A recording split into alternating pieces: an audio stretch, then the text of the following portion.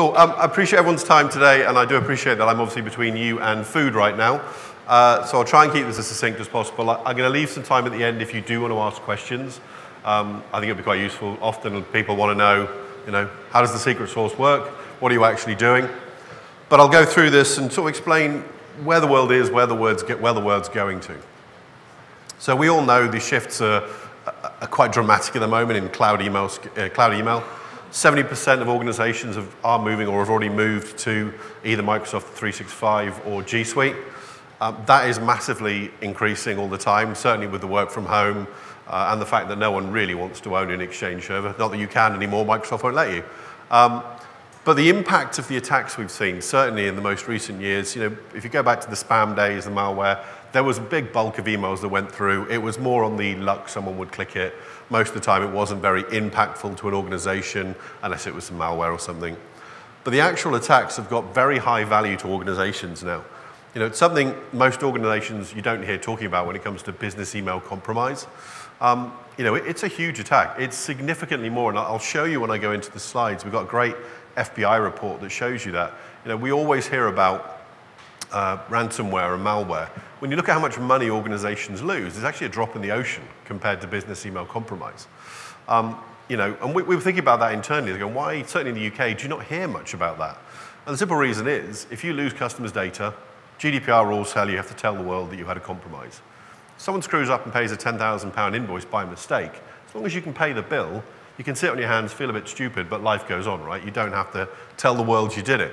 So the impact to organizations is very high. Certainly the C-levels that we're speaking to are very concerned about business email compromise and account takeovers. What we've certainly seen, how that threat landscape has evolved, very socially engineered attacks. These people are using tools like we use here and in marketing to go, if I send out this phishing link, which geolocations does it get clicked in? Who's looking at it? How many click-throughs do we get? They're collecting a lot of data and fine-tuning a lot of these attacks, even using things like LinkedIn and other social media posts to understand, hey, David Lomax reports to X, and this is the company that runs payroll. They can get a lot of information from social media. Also, a spike in third party, so vendors you do business with, has dramatically gone up. If you think SolarWinds, if you're all familiar with the SolarWinds breach, arguably that was, I say arguably, nation state that got in there, but it got into a lot of other companies. We speak to a lot of organizations that are very concerned that their risk is much higher because the organizations they're doing business with have very poor email hygiene. 670% increase in account takeovers. So think about your users get phished, their accounts are compromised, they get used for bad things or whatever malicious actor it might be. 137 C-suites per 100,000 mailboxes each week are getting compromised. And I know a lot of you say, that's all right, we use two-factor authentication, this will never happen. Just show of hands, how many use two-factor and is it push notifications? Yeah. How many people actually look at what that push is on their watch when they go, yeah, that's me? No, exactly. I had one very recently, won't go into names of companies, but this person was at a conference in the US. We'd seen during a POV that they were compromised. This person was at the event just going, yeah, kept accepting it. And he was letting the hacker in about 16 times when we were there. The only advice I would give you today, which I've certainly seen in the last few months, if you're using two-factor and you're using push notifications, go back to the challenge response. So they have to go, okay, enter a number to do it. It makes them think more about the fact that I definitely am this person and I want to authenticate. So we've certainly seen account takeovers when there's lots of two-factor turned on. It doesn't necessarily mean they're not going to get through. And then impersonations of either automated systems or C-level people. I'm sure all of you have seen the CEO has sent you an email, or the chief financial officer sent you an email, or can you do me a favor? Can you buy me some gift cards? I'm at an event, I want to give them out. You'd be amazed how many people go, yeah, boss, I'll do it. And they start buying Amazon gift cards and then realize they've been caught. So, these attacks, like spam, if we go back many, many years, they only exist because they make money. And they're making a lot more money now because they can be very succinct in what they do. This is the report I was talking about earlier. This is the FBI report from last year, I think it was. $2.4 billion was lost to business email compromise. So vendor fraud, account takeover, fake invoices. Ransomware was about 20 or 30 million in North America. So the number's huge, right? And I know this always goes, oh yeah, it's the Americans, it's not the real world. The UK is the next number on the list, and that equates for the next 20 countries on the list combined, the number for the UK. So we are a huge target. You could argue, English speaking, a lot of financial institutions in the UK, but the UK is a huge target for this, and we see this time and time again. So, we see lots of these executive impersonations. Can you do something for me? I want to get an invoice paid. Internal account, where there's an internal account. Someone sends an email saying, I need this invoice paid. We had one very recently, $1.1 million invoice. They told us we got it wrong. It was a false positive. So, no, this isn't right. When we went into it and they looked into it, they said, no, we've got a process in place. We'd never pay this. Even if an internal person asks us to, there must be an internal cash transfer request document. And I clicked on it and went, what, this one? Because obviously I've compromised an internal account, or they had. They can go through all this individual's email, see the last time they did a wire transfer, and just mirror it. All the documents are in the email. They can just mirror it. So it was a massive eye-opener to them when they realized just, oh, wow, we missed this one, and would have paid it. Apparently that's not a big invoice to them.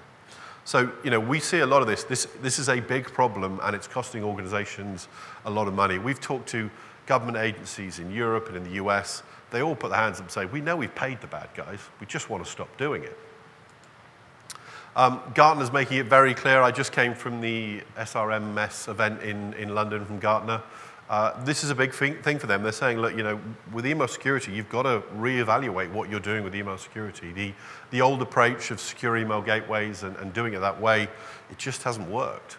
The known bad philosophy, if you think about EDR, NDR, that kind of thing, the EDR platform, the antivirus days of looking at signatures didn't work, right? It was the known bad. It worked for bad that we knew about, but most of these 0 days just flew through. So we need to do the same thing for email. So, what do we need to be looking at? The migration to the cloud obviously is a big part of that. People are saying, we've got loads more users. That we feel like there's more control, but actually is there. People are moving away from that traditional seg security because it's very much that bump in the wire. You've got to change your MX records, drop the email into this, whether it's in the cloud or whether it's a box, and then it gets through. You want to be using these API approaches to easily integrate and evaluate things. The problem with secure email gateways, if you ever want to try another one, you've got to change your MX records to the new one to test it, and it gets really difficult. And like we've seen in a lot of areas in security, a greater need for automation. We need to stop these things quickly because sometimes we don't have a 24/7 SOC organization that's going to do this. It just needs to get stopped very, very quickly. So we're certainly seeing, we agree with what Gartner's saying. There is a seismic shift in the way people are securing email, full stop. If we look at the way these modern attacks are coming through, they're very smart, they're very advanced. A lot of them won't have a link, a URL, or any bad email address or a bad IP address. We all know how quick we can spin up virtual infrastructure in AWS, Azure, or whatever. They can do the same thing. They can spin up infrastructure that's completely clean and target just one individual environment. So that known bad approach doesn't work. It's something we've seen time and time again. If you want to do it with a different seg, like I said, you've got to go and change your MX records to put different things in. But moreover, the approach that a secure email gateway has is an email comes in, I can look at that email, and I have to make a decision on the information I've got there. Which might be useful, but actually, 9 out of 10 times it isn't. I can show you emails that we see all the time. 99.9% of the time, we'll go through all email security because it's nothing but text. It's just an email trying to get you to engage. That's what they're doing at the moment. So threat intelligence has been great for a long time, but it's just in the email world, it hasn't moved on like EDR and antivirus where signatures are okay, but actually it's the intent. What is it trying to do? If I explode this and run this code, what is it trying to do? So that's certainly what we're seeing. And if you look at the known bad, they're really only looking at spam, grey mail. It's very difficult to do these other things, the vendor fraud, the phishing, the invoice fraud. Some of these are very, very smart, and just looking at a list of IP, signatures, whatever it is, it just doesn't work very well. If we look at it from an example here, we've got an email that's come in. It's an event that's come into saying, what are the SEG's challenges? What they're looking at is they only know if it's a bad individual, so they've got this known bad. There's no relationship context. They don't know whether this is normal. Do these people talk to these people? Do we talk to this vendor? Is this something we even do? There's no tone or context. Now, this bit's really hard. This is sort of our secret sauce. So a good chunk of our founders didn't come from security. They were very successful, sold one of them specifically sold a very good deal to Twitter, doing user interactions and analytics. So we all know, if I even think about taking my family to Center Parks, the internet is advertising it to me tomorrow, right? They're very good at that, and this is what these guys did. So being able to look at an email and understand what's the tone and content, what is its intent, what is it trying to get me to do, you can really glean a lot of good information for that. And when you're constantly relying on just known bad, if there's no links or no attachments, very little for them to grab onto. Even when you talk about safe links and things like that, they're very successful, but you'll find often it's 24 hours, 72 hours later when they defang, as it's called, those links and they don't do bad anymore.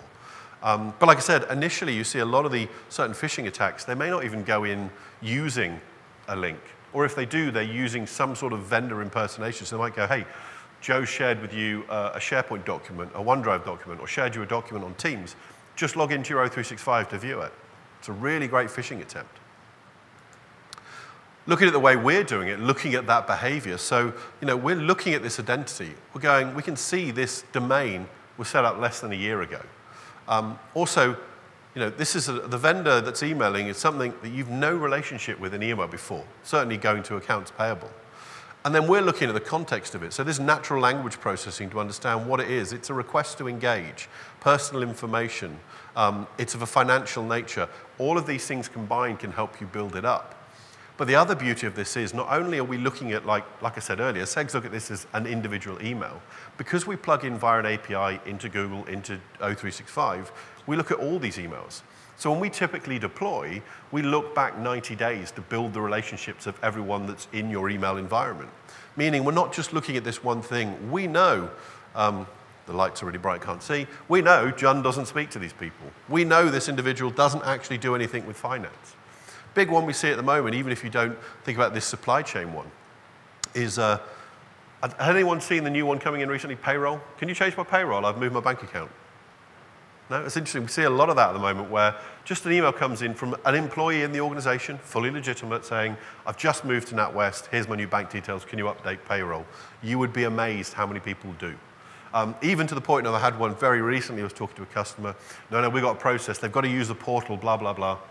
The CFO emailed in, didn't want to upset the CEO or CFO, yeah, of course we'll do that for you. It's like literally the worst person you could do it for. But rules and policies get broken when they think they need to do these things.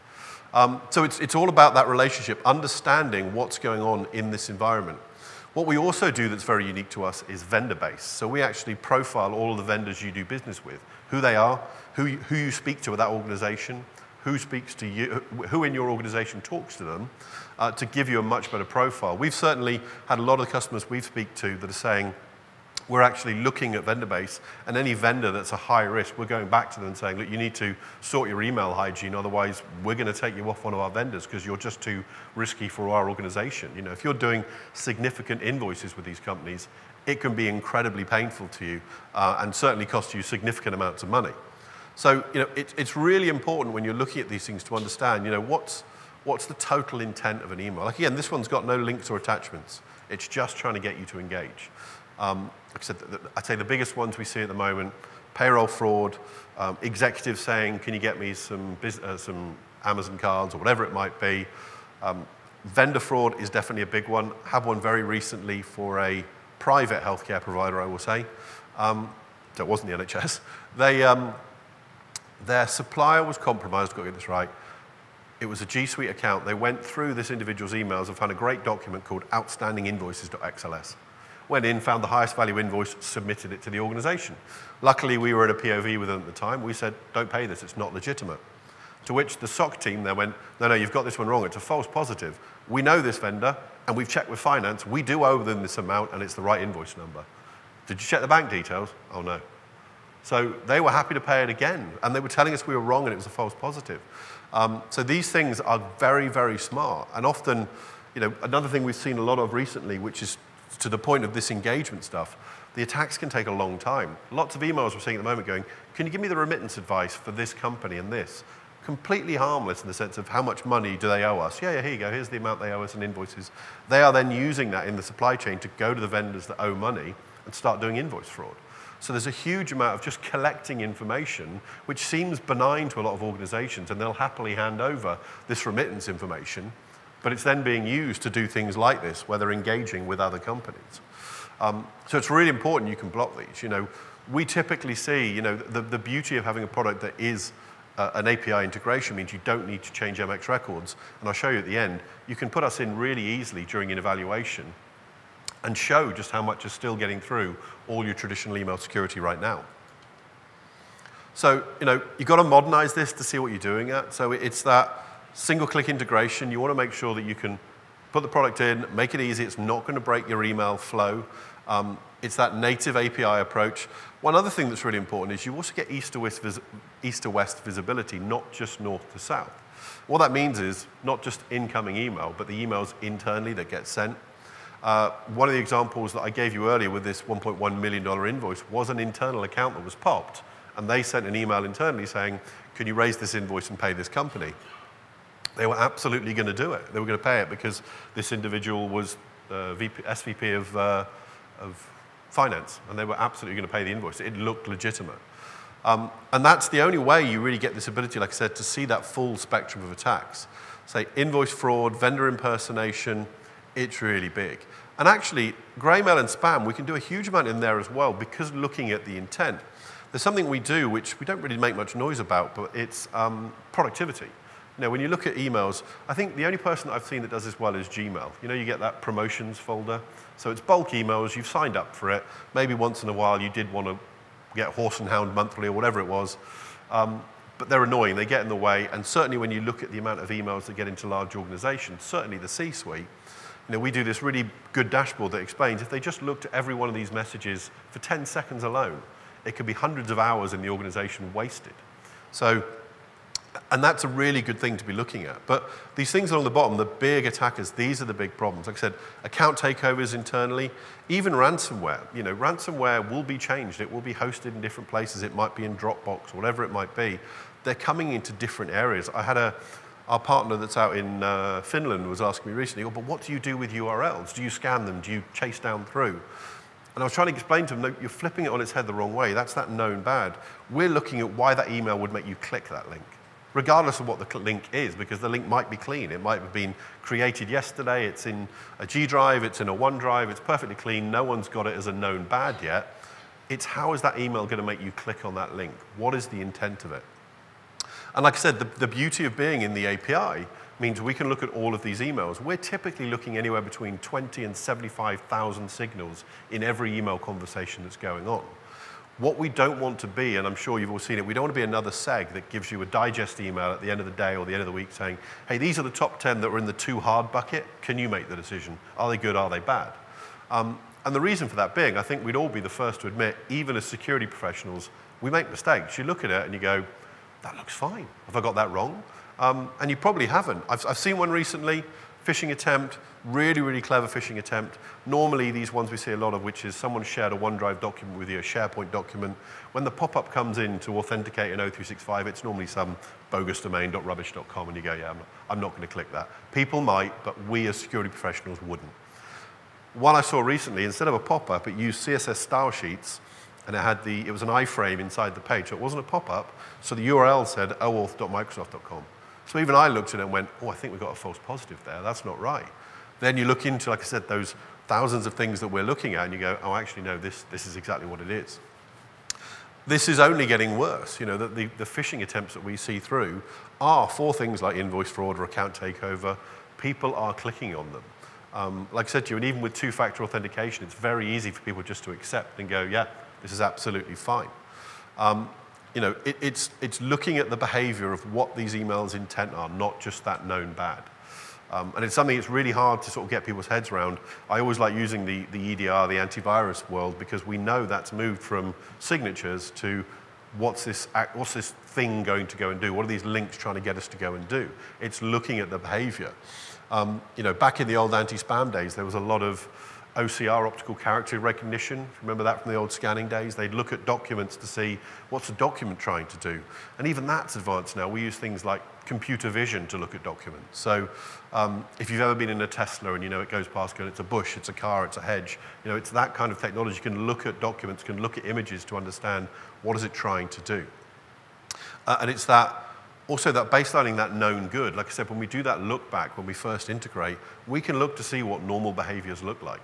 Even to the point of, if I work with a colleague and I'm very keen to use concatenated words like you're instead of you are, or you know, I've instead of I have, you know, it will learn that type of behavior. And that's why I was saying earlier, you know, having people that have come from the ad tech space are very good at looking at textual emails to understand what is the intent. And like I said, a lot of the times it's very difficult to understand its bad intent. And these emails are getting through and people are clicking them. You know, the beauty of having that deep cloud integration is that full context. You know a lot about these things. You know, is anyone using in O365 the too fast to travel alerts where people show up? You know, often if they're VPN users or they do travel a lot, that can be a lot of noise a lot of these times. We can use that, but we can leverage on top of that the email and know, hey, Johnny has, while he's got a too fast to travel and doesn't go to Hong Kong, we also know he's never sent an email from Hong Kong. So layering that on top of it gives it a much higher efficacy to say this is definitely something that shouldn't be happening. And moreover as well, if you've got compromised accounts, because we're integrated into O365 or G Suite, you can automate the remediation. So not only do we remediate the emails and make them disappear out of the user's mailboxes, if you've got an account that's compromised and we've seen it, we can auto-remediate that. We can remove that user, reset their password, or trigger a password reset, delete all the access to it, and the hackers get kicked out. And like I said, over 45,000 different signals we're looking at in every single email that comes through. And that makes a big, big difference. I've got time, I've done well. So what I would say was, you know, it always sounds very good. And you know, if you talked about machine learning and AI, you know, everyone will talk to you about that at the moment, and everything sounds amazing. The beauty is it's very easy with us. It is a single click. If you want to do a security assessment, I've had certainly loads of people that I've been dealing with recently have an event we did a couple of weeks ago, and they said, look, we love this, it looks great, but we've just renewed Mimecast, it doesn't make any sense. I went, look, just do the security assessment. See what's still getting through. If it's not there, and we're happy if it is for you, not a problem. A month later, he's like, I can't unsee what's still getting environment. I need to have this as a supplemental layer. And it really does come down to that defense in depth. We've got a really good relationship with Microsoft. You know, everyone that's comes to them said, look, we're being moved into that situation where the C-level's going. We want to leverage our E5, E3 licenses, use as much of that as we can. What we need to do is then put on this business email compromise. Microsoft will be the first to say, you need to look at abnormal. So it's a really good relationship there. I think we're one of 4 companies that are in the MESA program for Microsoft. So we're really lucky from that perspective. But please, you know, have a chat with us. We're out here. I've got 5 minutes left for questions in a second, but we're more than happy to do this with you. If you want to just kick the tires and see, are we telling the truth or is it really working? Let us know. Any questions? Don't be shy. I'll take any question. Yes?